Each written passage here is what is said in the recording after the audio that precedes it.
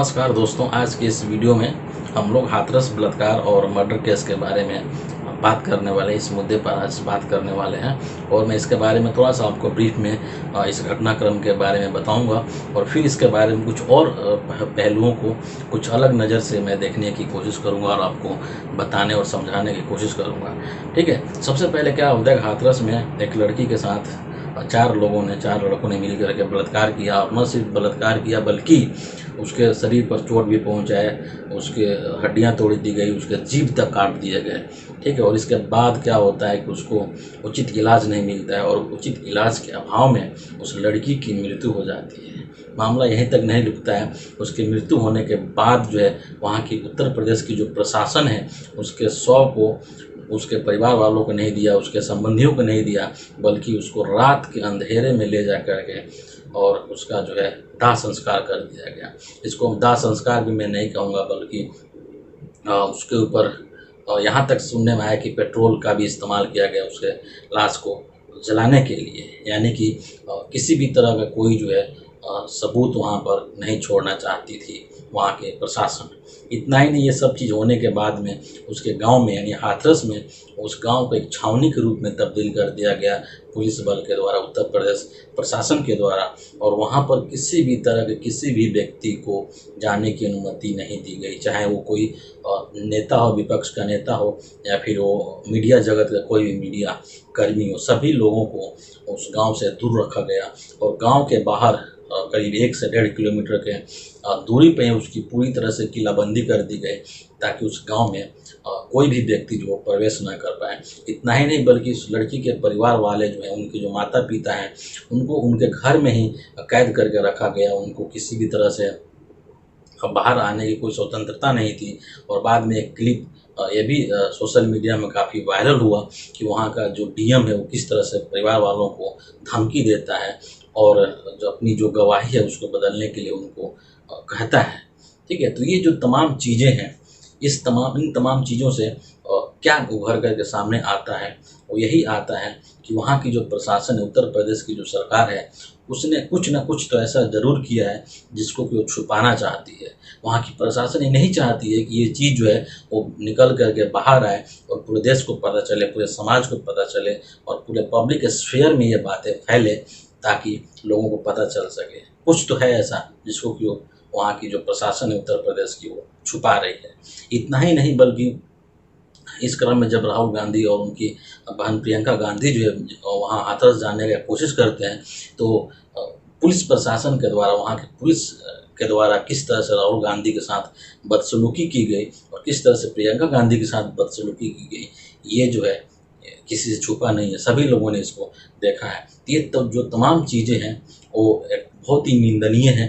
ठीक है, और बहुत सारे ऐसे सवाल हैं जो कि खड़ा करती हैं जिस पर कि इस देश को, हमको, आपको और सभी को सोचने की ज़रूरत है और सोचने को मजबूर करती है। सबसे पहली बात यह है कि हमारे देश में और ख़ास करके उत्तर प्रदेश में जिस तरह का लॉ एंड ऑर्डर है वो बहुत ही नाजुक स्थिति में, और वहाँ पर ये एकलौता, ऐसा नहीं कि एकलौता एक घटना हुआ है, बल्कि ऐसे कई सारे घटनाक्रम जो है वो हो चुके हैं। हाथरस के बाद ही 2 दिनों के बाद ही बलरामपुर से इसी तरह के बलात्कार, सामूहिक बलात्कार और हत्या का मामला सामने आता है। तो ऐसा मालूम होता है कि उत्तर प्रदेश का जो लॉ एंड ऑर्डर है वो पूरी तरह से फेल हो चुका है और कहीं ना कहीं ये भी लगता है कि वहाँ की जो प्रशासन है वो बलात्कारियों को प्रोत्साहन दे रही है, उनको संरक्षण दे रही है।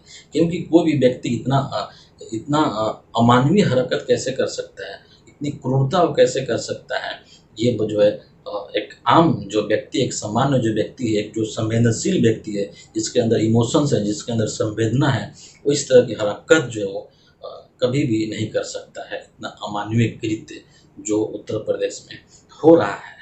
फिर क्या होता है कि जब दबाव जो है बढ़ने लगता है, काफ़ी जगह से लोग इसका प्रोटेस्ट करने लगते हैं, इसके खिलाफ, और आवाज़ें उठने लगती है, तब जा कर के कहीं ना कहीं उस गांव को खोला जाता है बाहर के लोगों को जाने के लिए। ठीक है, और आनन फानन में वहाँ के एसपी, डीएसपी, कलेक्टर जो भी वगैरह हैं उनको जो है सस्पेंड कर दिया जाता है। लेकिन मैं यहाँ पे एक बहुत ही महत्वपूर्ण चीज़ ये आपसे कहना चाहता हूँ कि वहाँ के एसपी या डीएसपी को या कलेक्टर को आप सस्पेंड करके मुद्दे को दबा नहीं सकते हैं।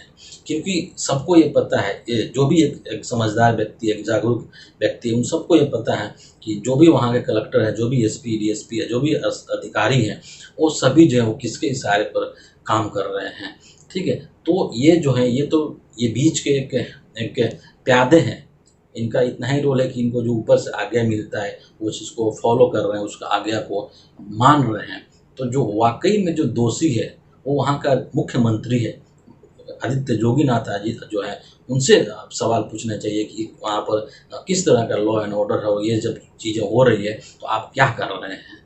ठीक है, तो लोगों को मैं यही कहना चाहता हूँ कि लोगों को इस बात से खुशी नहीं जताना चाहिए कि वहाँ पर एसपी और डीएम को और डीएसपी को वहाँ पर जो है वो सस्पेंड कर दिया गया। ये इशू नहीं है, ये मामला नहीं है, ये सवाल नहीं है। सवाल है कि इसके पीछे कौन है। ठीक है, ये लोग जिस तरह की हरकत कर रहे हैं, इसके पीछे कौन है, वो कौन है जो इसको डायरेक्ट कर रहे हैं, इनको निर्देशित कर रहे हैं कि आप इस तरह का एक्ट कीजिए, और उसी के अनुसार ये लोग काम कर रहे हैं। ठीक है, तो स्पष्ट रूप से आप समझ सकते हैं कि यहाँ पर जो है उत्तर प्रदेश के मुख्यमंत्री हैं योगी आदित्यनाथ, उनसे मीडिया कर्मियों को सवाल पूछना चाहिए, न कि वहाँ के कलेक्टर को घेरिए और वहाँ के एसपी डीएसपी को घेरिए। ये एकमात्र एक कहते हैं कि प्यादे हैं, ये शतरंज के खेल के प्यादे हैं ये, जो कि इशारे पर काम कर रहे हैं। जो इशारा करने वाला है, जो इनको खिलाने वाला है, आप उससे सवाल पूछिए और वहाँ के प्रशासन के बारे में पूछिए कि आप ऐसा कि इस प्रदेश में आप क्या कर रहे हैं कि इस तरह की जो घटनाएं हैं वो रुकने का नाम नहीं ले रही हैं, बल्कि दिनों न दिन वहाँ पर जो बढ़ती जा रही है, और वहाँ की महिलाएं, वहाँ की लड़कियाँ जो हैं वो असुरक्षित महसूस कर रही हैं। ठीक है, दूसरी चीज़ ये है, मैं कहना चाहता हूँ, जो कि बहुत ही महत्वपूर्ण चीज़ है, वो ये है कि हमारे देश में, हमारे भारत के लोकतंत्र में जो राजनीति है, जो पॉलिटिक्स है, वो सभी चीज़ों से ऊपर है। ठीक है, मैं ऐसा क्यों बोल रहा हूँ उसको अभी मैं आपको एक्सप्लेन करके बताता हूँ। आज हमारे देश में बहुत सारी महिलाएं हैं जो कि राजनीति में हैं। ठीक है, लेकिन एक जब महिला का बलात्कार होता है तो वो कभी सामने नहीं आती है। अगर आज आज आज स्मृति ईरानी कहाँ है, आज कंगना रनौत कहाँ है, आज निर्मला सीतारमण कहाँ है? क्या उन्होंने कोई इसके बारे में कोई स्टेटमेंट दिया, कोई ट्वीट किया, कुछ कहा? नहीं कहा। क्यों नहीं कहा? क्योंकि भारतीय जनता पार्टी से संबंधित हैं, और भारतीय जनता पार्टी के शासित राज्य में ये घटनाक्रम हुआ है। तो कहने का मतलब ये है कि जिस राज्य में ये घटनाक्रम होता है इस तरह का, और जो पार्टी उसमें इन्वॉल्व होती है, उस पार्टी की महिलाएं भी उसके खिलाफ उसके आवाज़ नहीं उठा पाती हैं। ठीक है, जबकि वो खुद एक महिला है लेकिन उसके खिलाफ वो आवाज़ नहीं उठा पाती। इसका मतलब यही है कि राजनीति जो सबसे ऊपर है, उसके बाद ही सब कुछ आता है।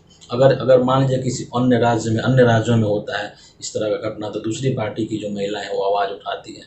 लेकिन जिस पार्टी से वो संबंधित है, अगर उस घटना का संबंध उस पार्टी से है, उस पार्टी विशेष से है, उस पार्टी की कोई भी महिला जो है तो उस महिला के लिए आवाज़ नहीं उठाती। यानी कि एक महिला होकर भी वो एक महिला के लिए आवाज़ नहीं उठा पाती है, वो पार्टी के बंदिशों में बंधी हुई होती है। तो ये जो चीज़ है, इससे आपको ऊपर उठना पड़ेगा।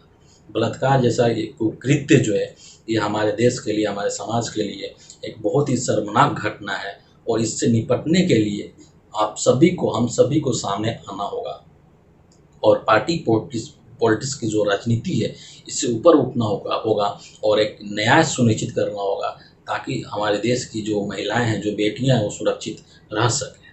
ठीक है, तो कहने का मतलब लास्ट में मैं यही कहना चाहता हूँ कि इसके लिए सभी लोगों को, देश के तमाम जितने भी लोग हैं, उन सभी लोगों को इससे ऊपर उठना पड़ेगा। अपनी जातिगत राजनीति से ऊपर उठना पड़ेगा, पार्टी पॉलिटिक्स की राजनीति से ऊपर उठना पड़ेगा।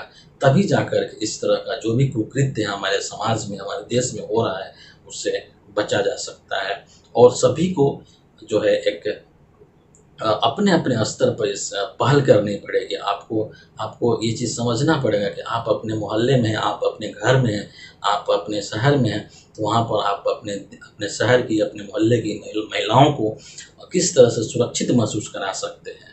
ठीक है, तो शुरू से, मतलब अपने घर से ही आप शुरुआत कीजिए, अपने मोहल्ले से शुरुआत कीजिए, तब जाकर के पूरे देश स्तर पर इस तरह की चीज़ें जो है वो हो सकती है और उसको लाया जा सकता है। ओके, तो आज के इस वीडियो के लिए इतना ही था। अगले वीडियो के साथ मैं आपसे बहुत ही जल्द मिलूंगा।